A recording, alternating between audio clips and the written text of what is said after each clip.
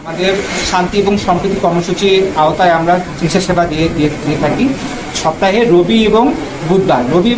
যার কারণ হলো এই দুদিন হলো হাটবার।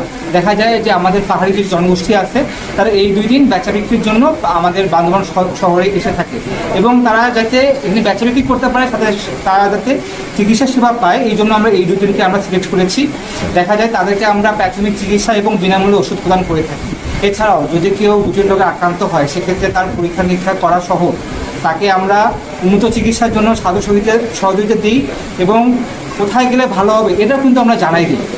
এবং দেখা যায় অনেকেই আসছে যারা এখানে আর্থিক উপার্জনে অক্ষম, তাদেরকে আমরা আর্থিক সহায়তা করে থাকি যাতে তারা একটি মানবিক জীবনযাপন করতে পারে।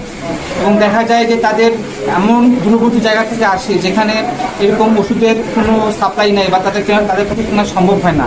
আমরা তাদেরকে আসা যাওয়া বাবদ যদি টাকা পয়সা লাগে সেটাও দিয়ে থাকি এবং তার যত সময় লাগে ওই সময়ের জন্য আমরা সম্পূর্ণ ওষুধ আমরা বিনামূল্যে আমরা বিতরণ করে থাকি।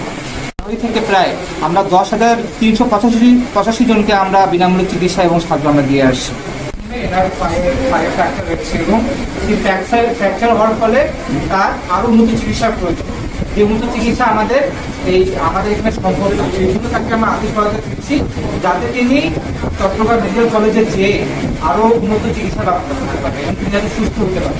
এবং তার যদি কোনো আরো আর্থিক সাহায্য প্রয়োজন সেটা কিন্তু আমরা ক্রমান্বয়ে আমরা প্রদান করে থাকি। আমাকে সরাসরি ফোন করবে, আমার ফোন নাম্বার তো আছে, ফোন নাম্বার সরাসরি ফোন দিবেন, ঠিক আছে, কোনো সংকোচ করবেন না।